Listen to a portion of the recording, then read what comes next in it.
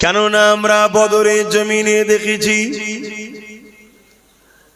আমাদের সংখ্যা ছিল 313 জন, আর জালিমদের সংখ্যা ছিল 1000-এর উপরে। তাই জালিমরা সেখানে অস্ত্রধারী ছিল, জালিমরা সুসজ্জিত যোদ্ধা ছিল, জালিমদের ঘোড়া উট হাতি ছিল, জালিমদের হাতে তীর বল্লম ছিল, জালিমদের লেবাস ছিল লোহার লেবাস। তারা নিজেদেরকে সুরক্ষিত রেখে মদিনা শরীফের উপরে হামলা করতে এসেছিল।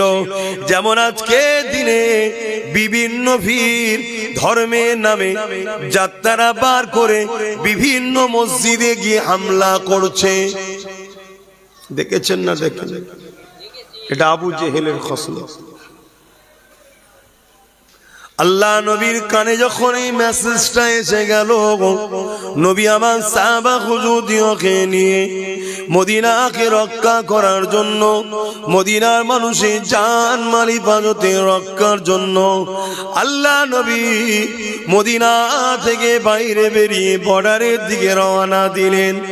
এদিকে জালিম সন্ত্রাস আবু জেহেল উতবা সাইবা ইসলামকে মিটিয়ে দিবার জন্য, আমার রাসূলুল্লাহকে মিটিয়ে দিবার জন্য 1000-এর উপরে সৈন্য নিয়ে মদিনার দিকে রওনা দিয়েছিল। বর্ডার যেমন করে বদর নামক স্থানে দেখা হয়ে যায়, আল্লাহ নবী তাদেরকে বুঝাতে লাগলো, তোমরা মক্কার জমিনে রয়েছো, আমি রাসূলুল্লাহ মদিনার জমিনে চলে এসেছি, কেন তোমরা মদিনার উপরে আগবাগে হামলা করছো? এই সন্ত্রাসী বন্ধ করো, এই জুলুম বন্ধ করো, এই অত্যাচার বন্ধ করো। কিন্তু তারা দেখলো মুহাম্মদ রাসূলের দিকে মাত্র 313 জন খালি হাতে, আর আমাদের দিকে 1000-এর উপরে সুসজ্জিত যোদ্ধা রয়েছে। এই সুযোগটাকে কাজে লাগিয়ে মুহাম্মদ রাসূলকে শহীদ করে দিতে হবে, তার সাথীদেরকে মেরে দিতে হবে। এই জন্য তারা হামলার জন্য আগে এলো। আল্লাহ নবী বললেন, বাবা সাহাবারা, ইসলামে জুলুম করা খারাপ, কিন্তু কেউ তোমার উপর যদি হামলা করে ডিফেন্স করার জন্য এটা ফরজ।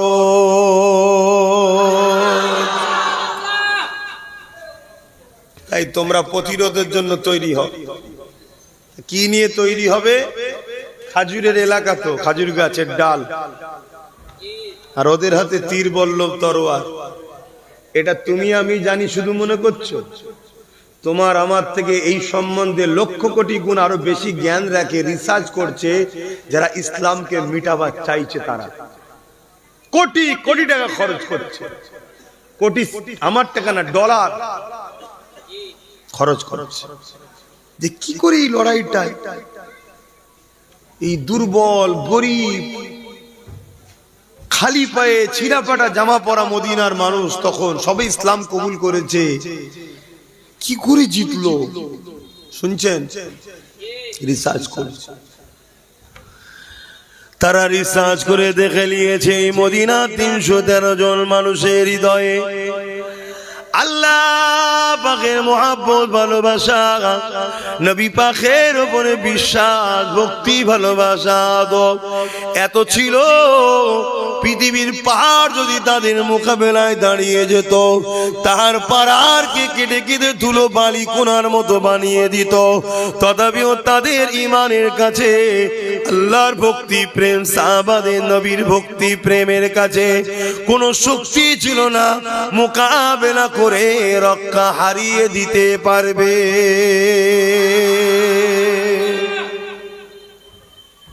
তাহলে কিসের জোরে তারা জিতেছিল ভাই?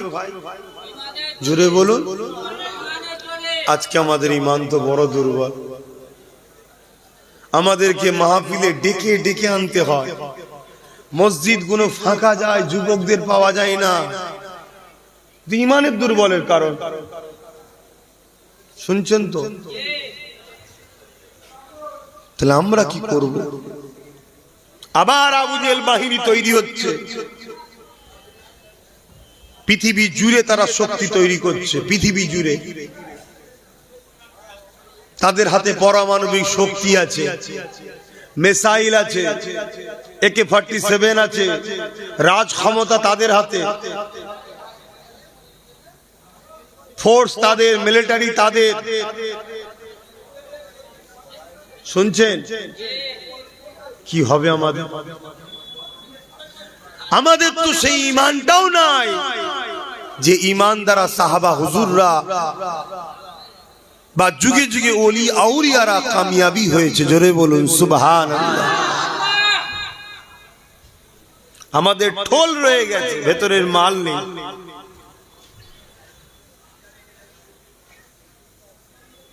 আমার কথা আজ বুঝতে পারছেন তো? মনে রাখবেন, আমাদের ঈমানকে লুটার জন্য কোটি কোটি ডলার টাকা খরচ করে ইসলামের দুশমনেরা, ইসলামকে যারা মিটাতে চায়, তারাও মসজিদ মাদ্রাসা তৈরি করছে। অবাক হয়ে যাবেন আমার কথা শুনে, অবাক হবার কিছু নাই। আমার নবী পাক সাল্লাল্লাহু আলাইহি ওয়াসাল্লাম মদিনা নববী শরীফের পাশে কিছুটা দূরে আল্লাহ নবী হায়াতি অবস্থাতে সাহাবা সেজে যারা বসেছিল, তাদের মধ্যে থেকে একদল একটা মসজিদ তৈরি করে দিয়েছিল। তারা বলেছিল এখান থেকে দূরে হয় তাই তৈরি করেছি। আল্লাহ পাক আয়াত নাজিল করে জানিয়ে দিলেন, হাবিব ওরা হলো মুনাফিক, ওরা মসজিদে জিরাত তৈরি করেছে যাতে করে মসজিদের মধ্যে বসে বসে নিরীহ সরল প্রাণ মুসলমান দিগকে তারা আপনার থেকে দূরে সরাতে পারে, মুসলমানের মধ্যে লড়াই লাগাতে পারে। ইয়া রাসূলুল্লাহ, হাবিবাল্লাহ, আমি আপনাকে ইজাজত দিলাম ওই মসজিদটা ভেঙে দেন। শুনছেন? আল্লাহ নবী তখন দুনিয়ায় রয়েছেন, দুনিয়াবি জিন্দেগিতে। তখন নবী দুনিয়াবি হায়াতের জিন্দেগিতে মসজিদে জিরাত তৈরি হয়ে গেছে। তাহলে আজকে ইসলামের দুশমনরা মসজিদ বানাবে, মাদ্রাসা বানাচ্ছে না বানায়নি? চিনবেন কি করে? কি করেছে? যারা নবীর পক্ষে ওই মাদ্রাসাতেও দাড়ি টুপি নামাজ রোজা কোরআন হাদিস আছে, যারা ইসলামের পক্ষে বিরুদ্ধে, আর তাদেরও রয়েছে দাড়ি টুপি জুব্বা মুমুন করে কোরআন হাদিস রয়েছে। যারা ইসলামের পক্ষে মসজিদ বানায়, ওই মসজিদও নামাজ রোজা দাড়ি টুপি কোরআন তেলাওয়াত রয়েছে, আযানও রয়েছে। যারা ইসলামের বিরুদ্ধে, তাদেরও মসজিদে নামাজ রোজা দাড়ি টুপি কোরআন আযানও রয়েছে। চিনবেনটা কি করে?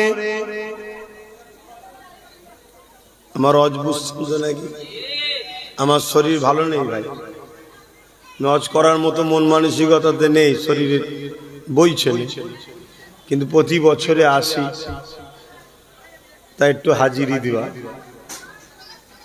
কিন্তু 6:30 উঠবো বলেছিলাম, সেখানে আবার মৌলানা সাহেবকে তুলে দিলেন, লাস্টে 7টায় উঠতে হবে। সামান্য একটুখানি থাকবো, একটু কষ্ট দিচ্ছি।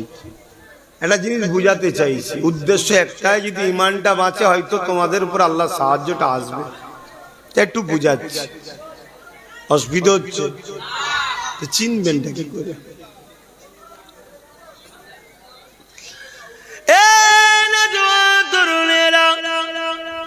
চিনার জন্য ইতিহাস দেখতে হবে, তারিখ হাদিসকে খুলে খুলে দেখতে হবে।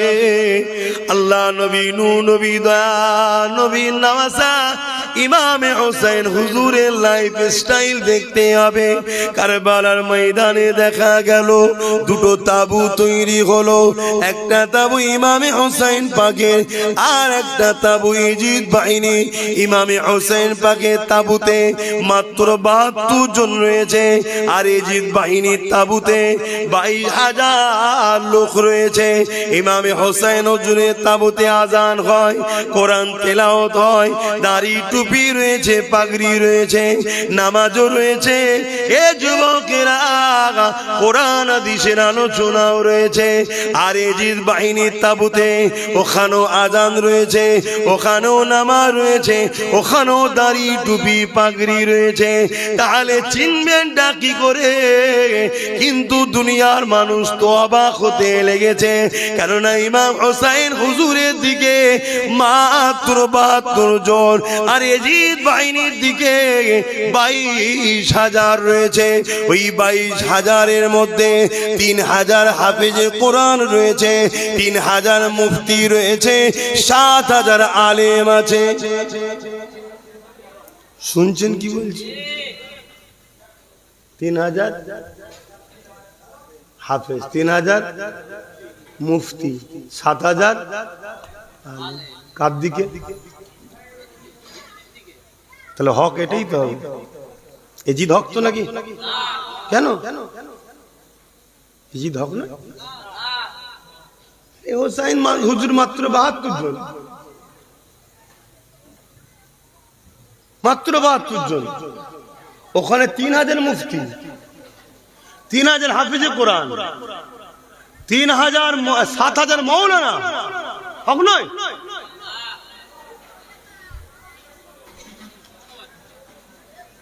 তোমরা 2-1 জন ছাড়া বাকি সবাই বলছে এজিদ হক। তাহলে কেন সারা দিচ্ছেন না? বলুন কে কোন দিকটা হক? 7,000 মৌলানা হক নয়?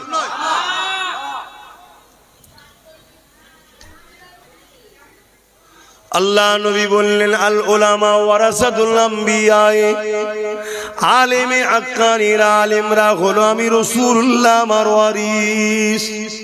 7,000 আলেম রয়েছে, আপনি বলছেন হক নয়? কি হবে আব্বা? বলবেন তো? আমি কি বুঝাচ্ছি বুঝতে পারছেন? আখরি জামানা, দাড়ি যদি ছোট হয়ে যায়, দুটো চচ্চাপড় বা কিছুদিন জেল খেটে হলো রেহাই আছে, কিন্তু দাড়ি রেখে যদি বেঈমান হও, ঢুকবে আর বেরোবে না।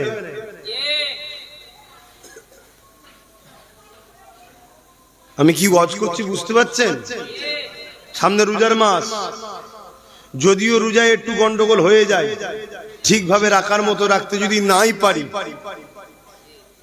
কেউ তো বলতে পারবে না আমি 100% রেখেছি, চেষ্টা। তারপরেও যদি একটু ভুলভ্রান্তি হয়ে যায়, আল্লাহ পাক ধরলে হয়তো একটু মারধর খেতে হবে, কারণ আল্লাহ বলেছে আযাব আছে। আবার আল্লাহ বলেছে আমি মাফ করে দিতে পারি। কিন্তু যদি বেঈমান হয়, জাহান্নামে ঢুকবে। আর মানে ওই 7,000, তাহলে এই দিকে বলছেন মৌলানা হওয়ার পরেও কোনো কামিয়াবি নাই। 3,000 মুফতি রে বাবা, তোমাদের উত্তর 24 পরগনা তেমন অনেক মৌলানা মুফতি হবে না? হায় আল্লাহ নবী জানালেন উলামা 2 ধরনের হবে, খায়রুল উলামা, শাররুল উলামা। একটা মন্দ উলামা হবে, একটা ভালো উলামা হবে। অর্থাৎ ইলম সবাই শিখবে, ইলম শিক্ষা করে একদল নবীর পক্ষে থাকবে, আর একদল ইলম শিক্ষা করে দুনিয়ার জালিম অত্যাচারী শাসকদের দালালি করবে।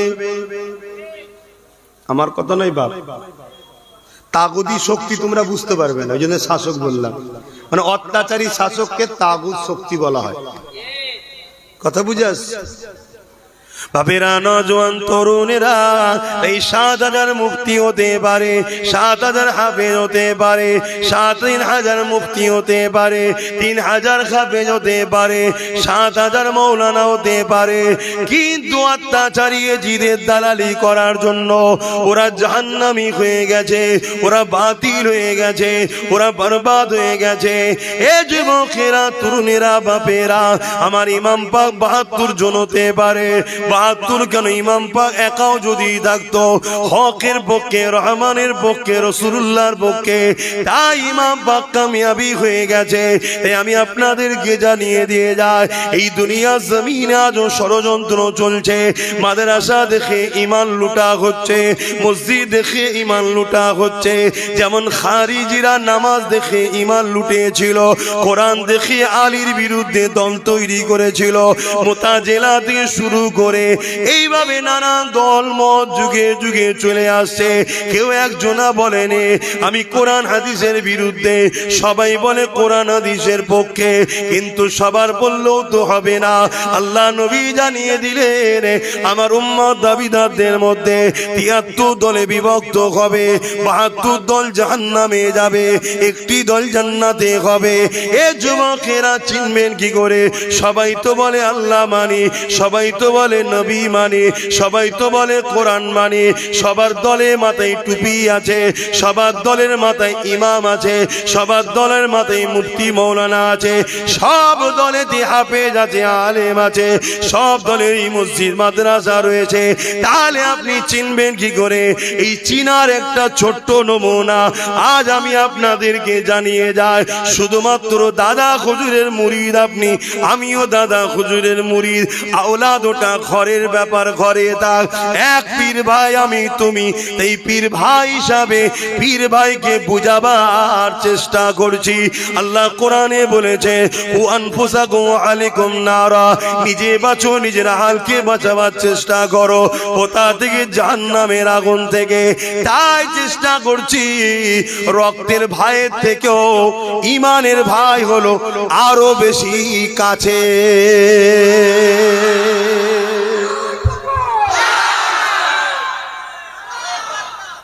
রক্তের ভাইয়ের থেকেও ঈমানের ভাই আরো আপন হয়।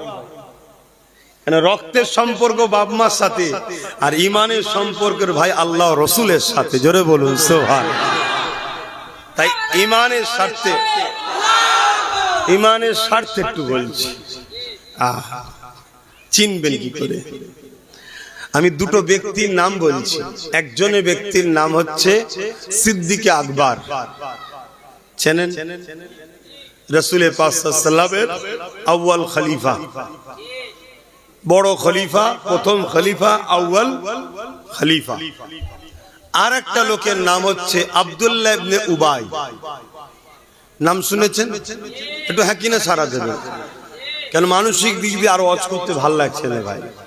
ধর্মটাকে নিয়ে যেন কেমন একটা সব চলছে, কথা বুঝে আসছে। কিন্তু তারপরও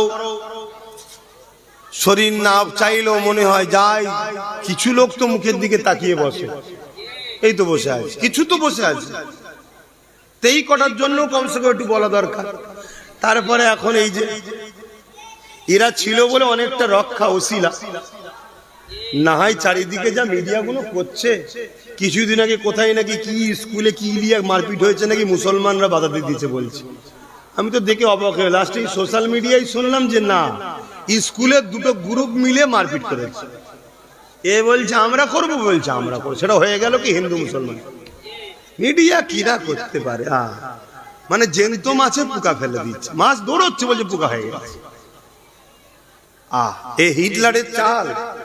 হিটলার বা ইহুদিরা এই মিডিয়াকে ক্যাপচার করে চলে, আর আম মানুষ মিডিয়ার কথা শুনে আমি যেমন বিশ্বাস করলিছিলাম এই কি অবস্থা, দেশের অবস্থা কোথা যাচ্ছে, কে কি ধর্ম করবে না করবে সব তার পছন্দ। যার ভাল লাগছে খুঁটি পুজো করার খুঁটি করবে, যার মানুষকে যার যেটা ভাল লাগছে করবে, জবাব আল্লাহর কাছে দিবি। তবে আলহামদুলিল্লাহ আমরা সৃষ্টিকর্তা ছাড়া কারো কাছে মাথা নত করি না, ঠিক আছে?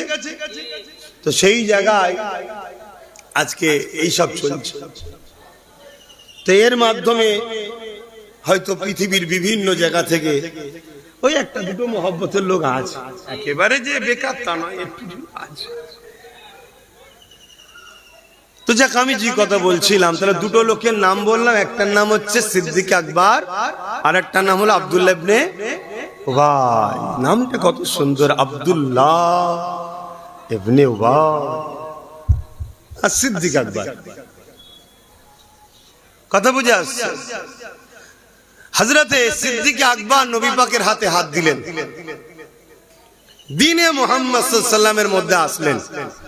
আগে তিনি দ্বীনে ইব্রাহিমের উপরে আমল করতেন। দ্বীনে ইব্রাহিম, নবী ইব্রাহিম আলাইহিস সালাম যে দিন রেখে গেছিলেন সেই দিনের উপর সিদ্দিক আকবর তিনার পূর্বপুরুষরা ওই ধারাবাহিক চলে আসছে। এবং নবী পাকের দাদুজানরাও সব দ্বীনে ইব্রাহিমের উপরে ছিলেন। হযরত আব্দুল্লাহ, হযরত আব্দুল মুতালিব, এভাবে বংশধারা ধরে সব ইব্রাহিম নবী, ইসমাইল নবী যে ধারাবাহিকতা একত্ববাদের যে বিশ্বাস, তারা সব ঈমানদারী ছিলেন। কথা বুঝে আসছে? আমার নবী আসার আগে ঈসা নবীর লাখো কোটি মান্যওয়ালা ছিল, তারা সব জান্নাতি। শুনছেন তো নাকি?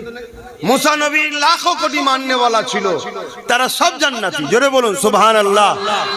যখনই আমার নবী বললেন আনা মুহাম্মদ রাসূলুল্লাহ, তখন যে ঈসা নবীর মান্যওয়ালা গুলো বলল মানবো না, মুসা নবীর যে মান্যওয়ালা গুলো বলল মানবো না, বা অন্য ইব্রাহিম নবী বা যে কোনো নবীর মান্যওয়ালা গুলো বলল মানলো না, তখনই ফতোয়া হয়ে গেল এরা জাহান্নামী। আর যারা আবার বললো হ্যাঁ আমরা ঈসা নবীকে ছিলাম, এখন আমাদের জন্য আল্লাহ নবীকে যখন রসুল করে পাঠিয়েছি এনার উপরে ঈমান আনতে হবে, কলেমা পড়ে নিল, তখন তারা দ্বীনে মুহাম্মাদির মধ্যে চলে আসলো। জোরে বলুন সুবহানাল্লাহ। আর দ্বীনে মুহাম্মাদি, দ্বীনে ইব্রাহিম, দ্বীনে ঈসাই, দ্বীনে মুসা, সমস্ত নবীর দ্বীন হলো একটাই, সেটা হলো ইসলাম। জোরে বলুন সুবহানাল্লাহ। কেন আমার দেশে একটা প্রচার চলছে ইসলাম নাকি মাত্র ১৫০০ বছরের। আর একজন তো প্রচার করছে আমার নবী নাকি এক হাতে তরোয়াল এক হাতে হাদিস নিয়ে নাকি দিন প্রচার করে। তো মাদ্রাসার জলসা এসছে, এটা অন্য সাইডে আলোচনা করছি। তবে এই সব কটা শয়তানের উত্তর একটাই, এদের বারবারন্তর পিছনে একটা শ্রেণীরই হাত আছে, তারা হলো ছদ্মবেশী মুসলমান। শুনছেন তো? এদের জন্য আজকে এরা সাহস পায়, সেটা আশা করছি সময় পেলে আমি বুঝাচ্ছি আপনাদের। হযরত আবু বকর সিদ্দিক আমার নবী পাকের হাতে হাত দিলেন, ঈমানের কালেমা পড়ে নিলেন। আব্দুল্লাহ ইবনে উবাই আমার রাসূলুল্লাহর হাতে হাত দিলেন, সেও কালেমা পড়ে নিল। এ যুবকেরা, আমার নবী ইমামতি করে, সিদ্দিক আকবর নবী পাকের পিছনে ইক্তেদা করে নামাজ পড়ে। আব্দুল্লাহ ইবনে উবাই নবী পাককে ইক্তেদা করে নবী পাকের পিছনে নামাজ পড়ে। আমার নবী পাক যখন জিহাদের ময়দানে যায়, সিদ্দিক আকবর নবীর সাথে যায়, আব্দুল্লাহ ইবনে উবাইও নবীর সাথে যায়। আমার নবী পাক হজে যায়, আব্দুল্লাহ ইবনে উবাইও নবীর সাথে যায়, সিদ্দিক আকবরও যায়। আমার রাসূলুল্লাহ তিনি যখন ইসলামের জন্য মালের কথা বলে, আবু বকর সিদ্দিক দান করে দেয়, কদমে দেখে আব্দুল্লাহ ইবনে উবাই রাসূলের কদমে মাল ধন দৌলত দেয়। আবু বকর সিদ্দিকের মুখেও দাঁড়িয়ে আছে, টুপি আছে, পাগড়ি আছে, জুব্বা আছে। আর আব্দুল্লাহ ইবনে উবাইয়ের মাথায় দাড়ি, টুপি, জুব্বা, পাগড়ি রয়েছে। এ যুবকেরা, আব্দুল্লাহ ইবনে উবাই কোরআন ঘোষিত কাফের, জাহান্নামী হয়ে যায়। আর আমার রাসূলুল্লাহ সাহাবী আবু বকর সিদ্দিক জান্নাতি ঘোষণা হয়ে যায়।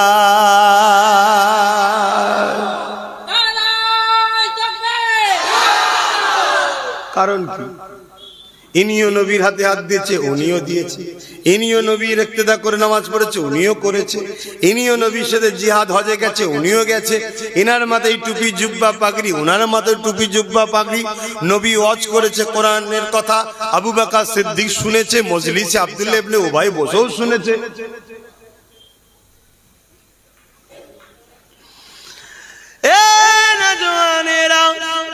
এই জন্যই বোঝাতে চাইছি, কারণ আখেরি জামানা, যুগে যুগে জালিমরা আমাদের মিটাতে চেয়েছে, ইসলামকে মিটাতে চেয়েছে, মুসলমানদের মিটিয়ে দিতে চেয়েছে।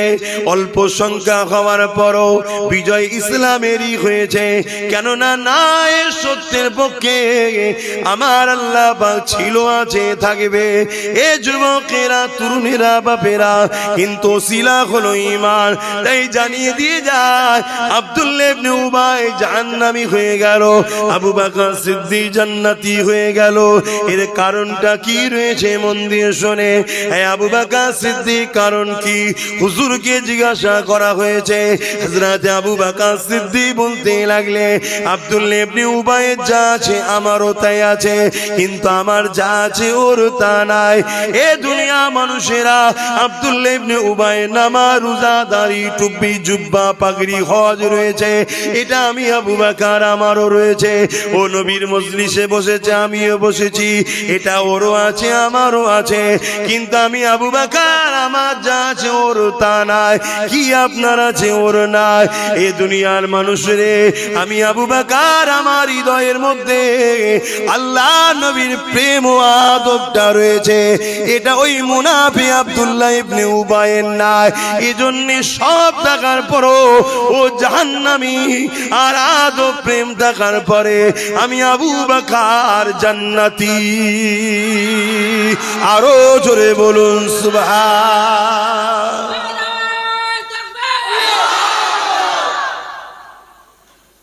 আজকেও ইসলামের দুশমনরা ডাইরেক্ট আমাদেরকে মিটাতে পারছে না।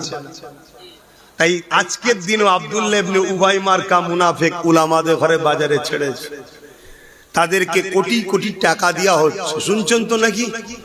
ওই টাকায় তারা মসজিদ বানাচ্ছে, মাদ্রাসা বানাচ্ছে, ওই টাকা দিয়ে তারা সমাজের বুকে গরিব অসহায়দের তেরপল দিবার নামে, কম্বল দিবার নামে, কল দিবার নামে বিভিন্ন ভাবে নিরীহ মুসলমানকে জড়ো করছে, শুনছেন? মাদ্রাসাগুলোতে কোরআন হাদিস শিখাচ্ছে, নামাজ শিখাচ্ছে, রোজা শিখাচ্ছে, হজ শিখাচ্ছে, দাড়ি শিখাচ্ছে, টুপি শিখাচ্ছে, সব দিচ্ছে। দিলের মধ্যে নবীর প্রেম আর আদবটা দিচ্ছে না। মানে আব্দুল্লাহ ইবনে উবাই সব ছিল, শুধু দিলে ছিল না, শুনছেন তো নাকি? এটা পরিকল্পনা ইসলামের দুশমনদের। তারা টার্গেট করেছে এত মসজিদ মাদ্রাসা বাড়াও,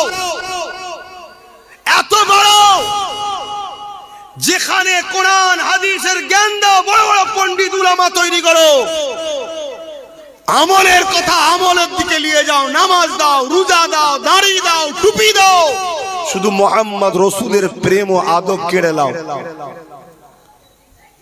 নামাজ কাটলে ঈমান যায় না, কবিরা গুনাহ হয়। তওবা করলে আল্লাহ মাফ করবে, যদি মাফ না করে নামাজ কাজা জাহান্নাম খেটে ঈমান থাকার জন্য জান্নাতে যাবে। তো ওটাকে কেড়ে লাভ নেই, ও আছে থাক।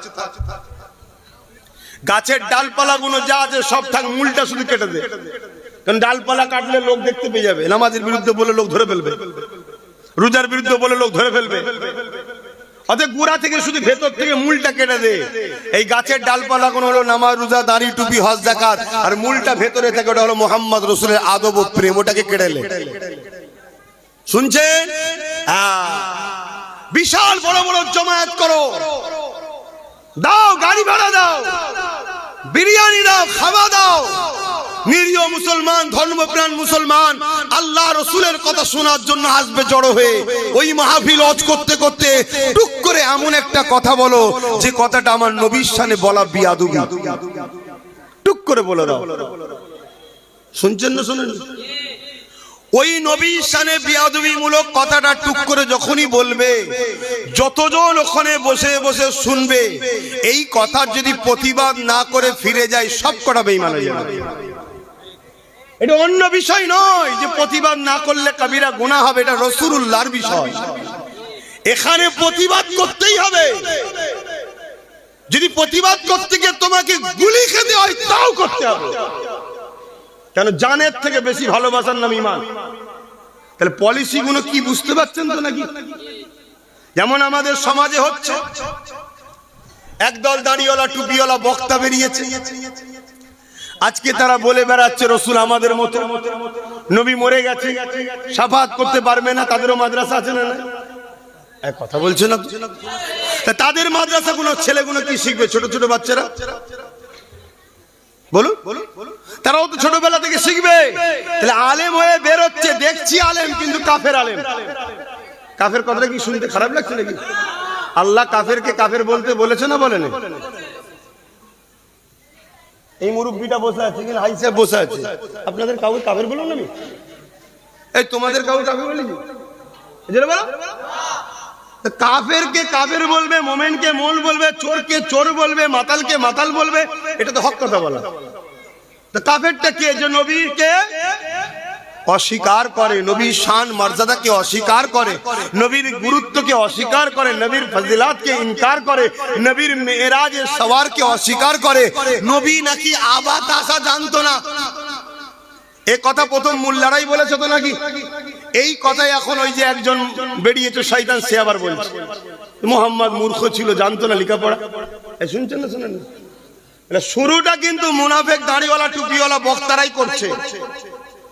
আর আমাদের সমাজে এই কাফের উলামাগুলো দাবিদার, কাফের বক্তাগুলো আমাদের সমাজে ঘুরে বেড়াচ্ছে, যাদের আকীদা আমার নবী পাক সাল্লাল্লাহু আলাইহি সাল্লামের শানে শুধু গুস্তাগিমূলক কথাগুলো শুনিয়ে দাও। শুনছেন? তাহলে মাদ্রাসা এটাও, এই সমাজে আরো হাজারো মাদ্রাসা আছে। কোন মাদ্রাসা তৈরি করছে জালিম হুকুমতরা, সেই মাদ্রাসায় সরকারের পক্ষ থেকেই সমাজ বিরোধী কাজ করানো হবে, করিয়ে সেই মাদ্রাসাকে মিডিয়া দিয়ে দেখানো হবে, দেখো মাদ্রাসায় বোম পাওয়া গেছে।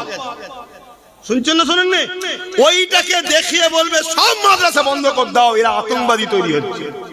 নাটকটা কিছু মাথায় ঢুকছে? তাহলে প্রত্যেকটা নবী প্রেমিক, ইসলাম প্রেমিক, যারা ইসলামকে ভালোবাসে, আপনাদেরকে সজাগ হতে হবে, আরো অ্যাক্টিভ হতে হবে, আরো সজাগের সাথে নিজের গ্রামের মসজিদ মাদ্রাসাগুলোর দিকে খেয়াল রাখতে হবে যে মসজিদে কি হচ্ছে, আল্লাহ ও রসুলের নামে ইসলাম বিরোধী কাজ হচ্ছে না তো? আমার কথা কি আপনাদের ভালো করে বুঝতে পারছেন তো নাকি? কিন্তু মসজিদ মাদ্রাসা ছাড়াও তো চলা যাবে না, দরকারও আছে।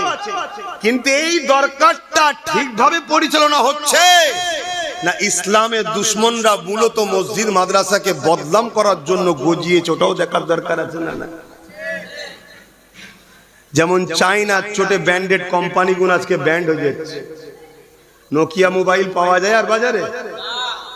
চাইনা এত ফ্যাসিলিটি দিচ্ছে, নোকিয়া ব্যান্ড পাওয়া যাচ্ছে। খুব ভালো তারে বোঝেন বাপ, এদেরকে চিনবেন কি করে? যেমন সোনা চিনতে গেলে কোষ্টি পাথর দরকার, মোমেন না মুনাফিক চিনতে গেলে মুহাম্মদ রাসূলকে দরকার। জোরে বলুন সুবহানাল্লাহ। আমি জানি না আমার উলামা ভাই, হাফেজ ভাইগুলো কোন খেয়ালে লিখছেন। কেন? চোখে যদি কালো চশমা থাকে আমাকেও কালো দেখবেন, যদি ফুরফুরার আওলাদদের উপরে রাগ থাকে আমি যত ভালো কথাই বলি আপনার রাগই মনে হবে। কেন? বিষ যদি মাথায় ঢুকিয়ে দেয়, শোনেন, কাউকে যদি বিষ খাইয়ে দেয় ওর বাঁচার চান্স আছে? আছে, ওর বাঁচার চান্স আছে। কিন্তু কারো যদি কানে বিষ দেয় ও সমাজটাকে শেষ করে ফেলবে। তো সমাজে একটা কানে বিষ দেওয়া হয়েছে, ওরা বাপ দাদুর কিস্সা কাহিনী ছাড়া কি জানে? ওরা অত পড়াশোনা জানে না, জানে নেই। আলহামদুলিল্লাহ, কি জানি না জানি আল্লাহ যতটুকু দিয়েছে ততটুকু খুশি, আলহামদুলিল্লাহ, আল্লাহর উপরে খুশি। আল্লাহ যদি মূর্খ বানিয়েও জান্নাতে দেয় আলহামদুলিল্লাহ। শিক্ষিত হয়ে ইবলিসের সাথে জাহান্নামের থেকে বেঁচে গেছি। কথা বুঝছেন না? বোঝেন না? এই কথা বুঝতে পারলেন না? কারণ ইবলিস আদম নবীকে সম্মান না করার জন্যই কিন্তু কাফের হয়েছে। তা আজকে সমাজও মুফতি মৌলানা বক্তা নূর নবীর আজমত, নূর নবীর শান, দয়ান নবীর মাকাম, না দয়ান নবীকে যে আল্লাহর মাকাম দিয়েছে, সম্মান দিয়েছে, এগুলোকে মেনে না নিতে পারার জন্য কিন্তু কাফের হচ্ছে। নামাজ কাজা, রোজা কাজা, হজ কাজা, যাকাত দিতে পারে না, কবিরা গুনাহগার। ও কালকে তওবা করলে আল্লাহ ওকে দুনিয়াতেও মাফ করে দিতে পারে, আর যদি মাফ না করে কিয়ামত দিনও মাফ করতে পারে। যদি না করে জাহান্নামে দেবে, জাহান্নামে দিয়ে শাস্তি যতটা হবে, নামাজ কাদের এত শাস্তি, রোজা কাদের এত শাস্তি, ক্যালকুলেশন মানে বোঝাবার জন্য বলছি, ততদিন খেটে দিলে যদি আল্লাহ ও রাসূলের প্রেম ও আদব থাকে ও জান্নাতে যাবেই। জোরে বলুন সুবহানাল্লাহ। কিন্তু নামাজ আছে, দাড়ি আছে, টুপি আছে, মসজিদ আছে, মাদ্রাসা আছে, 500 মসজিদ, 500 মাদ্রাসা, 500 গরিব মেয়ের বিয়ে দিয়েছে, তাহাজ্জুদ পড়ে, বড় দাড়ি, বড় জুব্বা, বড় আল্লামা, বড় পীর, বড় শায়েখ। আমার রাসূল পাক সাল্লাল্লাহু আলাইহি ওয়াসাল্লামের শানে ভাষা নোংরা। যে কথা আপনাকে বললে আপনি পছন্দ করবেন না। আমি যদি আপনাকে বলি আগে তুই আমার ছাগল গরুগুলো চড়াবি, যদি উপযুক্ত হোস তারপর আমার কোম্পানিতে চাকরি দেবো, এটা আপনি খুশি হবেন? কেউ করবেন? এটা আপনাকে ইনসাল্ট করা না করা নয়? এরকম কাফের বক্তা সমাজে আছে না নাই? এই কাফের বক্তা প্রকাশ্য সমাজকে গুমরাহ করছে। এই কাফের বক্তা সমাজে মাহফিলে যারা যায় সব কটা কাফের হচ্ছে। তওবা যদি না করে মরে, আল্লাহকে সাক্ষী রেখে বলছি, যার কুদরতি হাতে আমার জান আছে, আমি আমার দলের মোল্লা মৌলভী সাহেবের সঙ্গে ঝগড়া করতে, দলের মোল্লা মৌলভী সাহেবের জন্য ঝগড়া করছি না যে আমার দলের মৌলভী সাহেব কে কাকে বলেছে বেটে, কাকে বলেছে লম্বা, আমার দলের মৌলভী সাহেব কাউকে কিছু গাল দিয়েছে এর জন্য ঝগড়া করছি না, রাসূলুল্লাহর জন্য। জোরে বলেন। নবীর হয়ে ঝগড়া করা, ঝগড়া বলতে নবীর হয়ে প্রতিবাদ করা, নাউজুবিল্লাহ, নবীর হয়ে প্রতিবাদ করা, এটা তো আমার আল্লাহর পছন্দ। জোরে বলুন সুবহানাল্লাহ। আমার আল্লাহ আবু লাহাবের বিরুদ্ধে আয়াত নাজিল করেছে না করেন? নবীর হয়ে লড়াই করেছে না করেন? নবীর হয়ে প্রতিবাদ করেছে না করেন? তাহলে আজকে আমার নবীকে কেউ বলবে বা নবীদের নিয়ে বলবে যে আগে গরু ছাগল চড়া, দেখি আগে গরু ছাগল চড়াতে পারবে কিনা, তারপরে তোকে মানুষ চড়াবার দায়িত্ব দেবো, এটা কোন হালালি সন্তানের কথা হতে পারে? একদম দিল থেকে বলে হতে পারে? কেন তার ইমানে বাধা দেবে, তার বিবেকে বাধা দেবে যে আমি কার সামনে কথা বলছি। হ্যাঁ, এ তো ইসলামের দুশমনদের শিখানো বলি যে নবী 40 বছর বয়সে নবুয়ত পেয়েছে, সেদিন থেকে মুসলমান হয়েছে। তার আগে নাকি নবী মুসলমান ছিল না, নবী ছিল না, এটা তাদের তো দাবি। তা ঘুরিয়ে বকলমে এই কথাটা বলাতে কি কি হচ্ছে শুনবেন? এই শুনবেন না? এখন যদি বলা হয় যে নবীরা বা নবী আগে গরু ছাগল চড়া, তারপরে যদি উপযুক্ত হয় মানুষ চড়াবার দায়িত্ব দেওয়া হবে, তার মানে আল্লাহ গায়েব জানে না। এই কথাতে প্রমাণ এটাই হচ্ছে তো যে আল্লাহ জানে না নবীরা ছাগল গরু চড়াতে পারবে না, পারবে না, মানুষ চড়াতে পারবে কি পারবে না। যদি আল্লাহ জানতো তাহলে ডাইরেক্ট দায়িত্ব দিত। আল্লাহ জানে না বলে আগে পরীক্ষা নিচ্ছে, যা, ঠিক না বেটি? এই কথাটা বলার জন্য আল্লাহর গায়েব, ইলমে গায়েবকে অস্বীকারী কাফের যেমন, নবী পাকের শানে এত বড় তহমত নবুয়াতকে অস্বীকার করার কাফের হবে। এই কথা শুনে যদি কেউ ওই মজলিসে বসে প্রতিবাদ না করে, সঙ্গে সঙ্গে তার ঈমান চলে যাবে। এটা তো পলিসি রে বাবা। ব্যক্তিগত আব্বাসকে পছন্দ নয় অনেক লোকের, বাদ দিকে যা। আরে তোর ঈমানটা বাঁচাবি না, তুই আমার জন্য নবীর বিরুদ্ধে যাবি? তুই কারো জন্য নবীর বিরুদ্ধে যাবি? তোর ফুরফুরা হুজুরদের পছন্দ নয়, বাদ দে। এই বাংলায় অনেক দল আছে ফুরফুরা দাদা হুজুরকে মানে না, আছে না নাই? তো বাদ দিকে যা। কিন্তু তুই একবারও ভাববি না যে দলটা করছিস সেই দলটা তোর রাসূলকে কতটা সম্মান করে, তোর নবীর আজমত নিয়ে কি কথা বলে, তোর নবীর রিসালাত, তোর নবীর শান, তোর নবীর মাকাম, তোর নবীকে আল্লাহ কি গুরুত্ব দিয়েছে সে সম্বন্ধে তাদের ভাষা কি আছে। হে আমার দাদা পীরের রুহানি বাচ্চারা, আমার পীর ভাইরা, আমার পীর বাপেরা, পীর চাচারা, সতর্ক করছি, ভালো লাগে না এটা দোকান খুলে বসিনি আমি যে আমার খদ্দের চলে যাচ্ছে, অন্য কি মিজাজে চলে না চলে আলাদা কথা। আব্বাস সিদ্দিকী কিন্তু অন্য মিজাজ নিয়ে চলে, আপনারা খুব ভালোভাবে জানেন। কোন জলসারও তাওয়াক্কা করিনি, কোন কারো তাওয়াক্কা করিনি, আমার লক্ষ্য আল্লাহ রাসূল। সেই আল্লাহ তাআলা, সেই রাসূলুল্লাহর স্বার্থে আপনাদের বুঝাচ্ছি, যার সম্বন্ধে আল্লাহ কোরআনে বললেন যে ইহুদিরা আমার নবীকে রোয়ায়না বলে ডাকে, তাদের মনের খেয়াল ছিল ছাগল চরানেওয়ালা, রাখাল, গরু বাদুম রাখাল, এটা তাদের মনের কথা। তারা প্রকাশ্য রাখাল বলেন, দিলের ভাষা ছিল। আল্লাহ সঙ্গে সঙ্গে বলে দিলেন, আয়াত নাজিল করলেন, জিবরিল যাও, যে বলো আমার নবীকে রোয়াইনা বলে যেন না ডাকে, অর্থাৎ রাখাল বলে আমার নবীকে কেউ সম্বোধন যেন না করে। কোরআন বলছে আমার নবীকে যেন কেউ রাখাল বলে সম্বোধন না করে। কি বলবে? ক্বালা উনজুরনা ইয়া রাসূলুল্লাহ, হুজুর আমাদের দিকে নজরে কারাম করুন, দয়া করে দৃষ্টিপাত করুন। ইহুদিরা কিন্তু নবীকে রাখাল মুখ দিয়ে বলে না, দিলের মধ্যে শুধু ওই নিয়ত করে ডাকতো। আল্লাহ ওটাকেও সহ্য করলো না, বলে দিল যে বলগে যান রোয়াইনা যেন না বলে, অর্থাৎ রাখাল বলে যেন না ডাকে।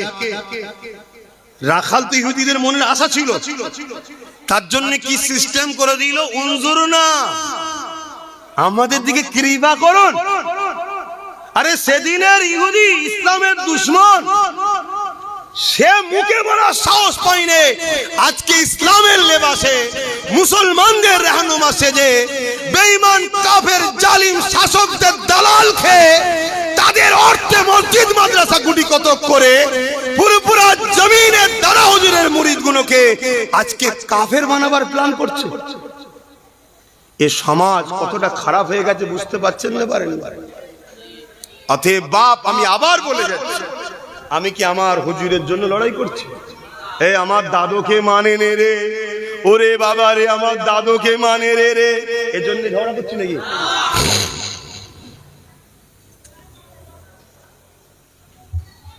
আমার দাদু আল্লাহর ওলি ছিলেন, আশেকে রসুল ছিলেন, 5 দাদুই আল্লাহর ওলি ছিলেন। মেজো হুজুর জিনার নামে এখানে, তিনিও জগৎ বিখ্যাত মুফতি ছিলেন, মুফতি আজম ছিলেন, আল্লাহর ওলি ছিলেন। ভাল লাগে মানবে, না ভাল লাগে না মানবে যাও, সেটা তুমি। ওলির সঙ্গে কিয়ামতের দিন আল্লাহ বলেছে আমার ওলির দুশমন হবে, আমি যুদ্ধ করব, আলাদা বিষয়। কিন্তু তুমি আমার নবীর বিষয়ে বলছো, এখানে চুপ থাকা যেতে পারে ভাই? একটু সবাই হাত তুলে বলুন, চুপ থাকা যেতে পারে? এই লড়াই দরকার আছে না নাই? কিন্তু দুঃখ, সেসব ঈমান কই? সেসব ঈমান কই? এই ভারতবর্ষের পশ্চিম বাংলায় রঙ্গে রসুল নামে একটা বই বার করেছিল এক বেঈমান, তাতে আমার নবীর শুধু ছবি দিয়েছিল। সে ছিল অমুসলিম, কিন্তু তার লক্ষ্য ছিল নবীকে অপমান করব। ছবি দিয়েছিল। একজন মুসলমান এসে, যুবক ছেলে এসে তাকে জিজ্ঞেস করছে, ছবি আপনি দিয়েছেন? সে ভাবছে খদ্দের, খুশিতে বলছে হ্যাঁ, এই বই আমি বার করেছি। পেট নুকিয়ে ছুরি নিয়ে এসেছিল, মেরেছে, পেটে ভরে দিয়েছে। দিয়ে কাফেরকে, জাহান্নামীকে, নবীর দুশমনকে তার উপযুক্ত শাস্তি দিয়ে দিয়েছে। শুনছেন না শোনেন? এখন কেউ বলতে পারে মারাটাই সমস্যা সমাধান। ও তোমার কাফের নেতার গদি বাঁচা থেকে কত মারপিট করছো মুসলমান, তোমার হুঁশ নাই? কত মায়ের কোল খালি করছো, হুঁশ নাই? আর দোনো জাহানের সুলতান যিনি না হলে কুল কায়নাত হতো না, তার পক্ষে একজন লড়াই করছে না, তার প্রেম। তোর মাকে গাল দিলে, তোর বাপকে গাল দিলে, তোর গায়ের জ্বর ধরে যাবে, এক্ষুনি হাত গুটিয়ে মারতে আসবি। তা তোর বাপ তোর মা কি দাম আছে মুহাম্মদ রাসূলুল্লাহর কাছে? তোর বাপ মা ছেড়ে দে, আমার বাপ মার কি দাম আছে মুহাম্মদ রাসূলের কাছে? আমার বাপ মার দাম মুহাম্মদ রাসূলের ঘোড়ার পায়ে ধুলো যে ছিল, আমার বাপ মার দাম মনে ওঠে না। শুনছেন না শোনেন? তাহলে সেই নবীর শানে বলবে তার প্রেম হয়েছে, সেই ঈমান ছিল। আজ আমাদের ঈমান কোথায়? সেসব লোক কই? সেসব লোক কই? যদি থাকতো এই শয়তান যেসব বলার সাহস পেত, তাকে মেরে দিয়ে। চারিদিকে হই হই হয়ে গেছে। এখন মুসলমানদের এবার ঈমান জেগেছে। আরে ছেলেটা নবীর প্রেমে করে ফেললো, জন ছেলে, ইংরেজ পিওট, ফাঁসি হয়ে যাবে। কি করে বাঁচানো যায়? কি করে বাঁচানো যায়? একটা উকিলকে সেটিং করেছে, কোর্টে লড়তে হবে। বলেছে ছেলেটাকে একটা দাঁড়ি পাল্লায় রাখবে, আর একটা দাঁড়ি পাল্লায় টাকা রাখবে। শুনছেন? যত টাকা হবে, তৎকালীন সময়ের কথা বলছি রে বাবা, তখন হয়তো 100 টাকায় 1 বিঘে জমিও পাওয়া যেত, তখনকার কথা বলছি। ততটা টাকা দেবো। উকিলও উপরে গিয়ে ভেতরে গিয়ে সেটিং করে ফেলেছে। বুঝতে পারছেন না? সব সেটিং এর কারবার আগে থেকেই চলে, সেটিং করে ফেলেছে। তো জজ সাহেব বলেছে শুধু এসে দাঁড়িয়ে বলবে না আমি সবকিছু করিনি, শুধু এতটুকু বলবে, তারপরে যা করার কলম কলম তোমার হাতে, শুধু এতটুকু বলবে। ছেলেটাকে পাখি বুঝাবার মতো সবাই বুঝালো। পরের দিন কোর্টে উঠেছে, ছেলেটাকে জজ জিজ্ঞেস করছে তোমার নামে এই অবজেকশন এসেছে, তুমি কি অমুককে মেরেছো? সে বলছে হ্যাঁ আমি মেরেছি। সে আমার নবীর দুশ্মনী করেছিল, আমার নবী তো কারো দুশ্মনী করে, সে আমার নবীকে দুশ্মনী করবে কেন? মানতে মন যায় মানবে না, দুশ্মনী করবে কেন? তাই মেরে দিয়েছি আমি, যা শাস্তি দেবেন দেন। সব ভাই তো অবাক হয়ে গেল। জজ ওই দিক ওই দিক কি হলো, জজও ভেবেছিল কিছু হবে, এও ভেবেছিল কিছু হবে, সব বেকার হয়ে গেল, বেকার সব। কি হবে জিজ্ঞেস করছো, তুমি স্বীকার করছো? বলছে হ্যাঁ। সব পাবলিক জিজ্ঞেস করছে, আরো যারা ছিল সাথে, আরে তোমায় কি বললাম, তুমি কি বলছো? বলছে শোনো, আফসোস তোমাদের উপরে, ধিক্কার জানাই, তোমাদের তো আমাকে বাহবা দেওয়া দরকার, ওই জন্য মিথ্যা কথা বলা শিখাচ্ছ। ইসলামে মিথ্যা কথা বলা জায়েজ, ইসলামে মিথ্যা কথা বলা হারাম, তোমরা মিথ্যা কথা বলা শিখাচ্ছ। শোনো, গতকাল রাত্রিরে আমি ঘুমোচ্ছিলাম, আল্লাহ নবীকে খবে দেখতে পেলাম। জোরে বলুন সুবহানাল্লাহ। বাবার এই হালকা বয়সে আমার জন্য জীবনটাকে লাগিয়ে দিলি, তাই তোর জন্য আমি আবে কাউসারের পানি নিয়ে দাঁড়িয়ে আছি, দেরি করিসনি, তাড়াতাড়ি আই। জোরে বলুন সুবহানাল্লাহ। তো ভাইয়েরা, আল্লাহু আকবার। তা সেই নবীর জন্য আমিও ভাই মরতে রাজি, সেই নবীর জন্য আমরা জান দিতে রাজি। কি পারবে না? পারবে না? আল্লাহকে সাক্ষী রেখে বলো, হাত তুলে বলছো নারে তাকবীর, নারে জিহাদ। এখানে দুটো কথা বলবো। তাহলে একটা কথা হলো, যাদের ভাষাতে, যাদের কথাতে সে পীরের বেটা দাবি করুক আর মুফতি মৌলানা দাবি করুক, অন্য ঝগড়া মাসলা মাসাইল হলে তবুও চলো বাবা, গুনাহ হবে, ভুল রাস্তায় থাকলে গুনাহ হবে, ঠিক না? নবীর ব্যাপার যখন আসবে, নবীর সামনে যাররা পরিমাণ যদি কেউ কুটুক্তি করে, নোংরা ভাষা দেয়, অভদ্রমূলক ভাষা বলে, সুযোগ যদি আল্লাহ দেয় পায়ের জুতোকে একটুখানি কাজে লাগিও, ঠিক না বেঠিক গো? তাতে একজনই যাই যাক না, কথা বুঝে আসছে না? নাই হ্যাঁ, যদি তা না হয় তার বিরুদ্ধে কমসে কম তুমি তোমার স্বার্থ মতো তোমার এলাকার মানুষকে একটু বুঝাও, তুমি বুঝাও, তুমি এলাকার মানুষকে বুঝাও, ওই বেঈমান মুনাফিক গুস্তাকে রসুল থেকে যাতে সরল প্রাণ মানুষ বোঝে, কথা বুঝে আসছে না? নাই আমি দোয়া করি আল্লাহ আমার, আপনাদের এবং আমার দাদা পীরের আওলাদদের, দাদা পীরের সিলসিলার যারা একনিষ্ঠ আলেম ওলামা, যারা পেটের জন্য নয় সত্যি সিলসিলার জন্য কাজ করছে, সে ছোট হোক বড় হোক, আল্লাহ তাদের ঈমান ইজ্জতকে হেফাজত করুন, আল্লাহুম্মা আমিন। সব হারিয়ে গেলে সামান্য লস, ঈমান হারিয়ে গেলে শত শেষ লস। তাহলে কি গো, এই কাজ করতে পারবে তো নাকি? কথা বলো, পারবে তো নাকি? রাসূলের পক্ষে দাঁড়াবে তো নাকি? হাত তুলে আবার সাক্ষী দিয়ে বলো, পারবে তো নাকি? হাত নাবাও, আর একবার সাক্ষী দাও, বলো আব্বাস সিদ্দিকী কি মনে হয়, আমি কি তোমাদের সঙ্গে, তোমাদের ঘরে নবীর সঙ্গে জুড়তে চাই না নবীর থেকে কাটতে চাই? কারা বলছো জুড়তে চাই, একটু সাক্ষী দাও। আয় আল্লাহ, এতগুলো মানুষ সাক্ষী দিচ্ছে, আমি তোমার নবীর সঙ্গে এদেরকে জুড়তে চাই। আল্লাহ এদের সাক্ষীকে কবুল করে তোমার নবীর গোলাম হিসেবে আমাকেও কবুল করেন, এদেরকেও কবুল করেন। বল আল্লাহুম্মা আমিন, আরো জোরে বল আল্লাহুম্মা আমিন। হাত নামান, নবীর জন্য জান লাগলে জান আমাদের হাজির করতে হবে, এটাই হলো ঈমান, ঠিক তো নাকি গো? জোরে বলুন, ঠিক তো নাকি? হ্যাঁ, সাহাবা হুজুররা নবীকে কত ভালোবেসেছে, হ্যাঁ কত ভালোবেসেছে। সিদ্দিক আকবর যদি ঘরে যে ঘুমতো, নবী যদি এসে দুবার ডাকতো, সিদ্দিক আকবরের ঈমান চলে যেত। কিন্তু না, বিয়াদবি যদি হয়ে যায়, কত ভয়, নবী দুবার ডাকবে, তাই প্রতিদিন রাত্রিরে দিয়ালের দরজায় এসে হেলান দিয়ে দাঁড়িয়ে থাকতো। 6 মাস পরে নবী পাক সাল্লাল্লাহু আলাইহি ওয়াসাল্লাম এসেছে, শুধু একবার আওয়াজ দিয়েছে, সঙ্গে সঙ্গে লাব্বাইকা ইয়া রাসূলুল্লাহ। জোরে বলুন সুবহানাল্লাহ, আরো জোরে বলুন সুবহানাল্লাহ। কখনো যদি রসুলের দিনের জন্য লড়াই করতে হয়, তোমরা সেদিন পারবে তো নাকি গো? হ্যাঁ পারবে তো? জুলুম করা ইসলামে হারাম, জুলুম করা ইসলামে হারাম। কেউ যদি জুলুম করে ডিফেন্সের জন্য পাওয়া যাবে তো? হাত তুলে সাক্ষী দাও আরো একবার, মারহাবা, নারে তাকবীর, নারে জিহাদ।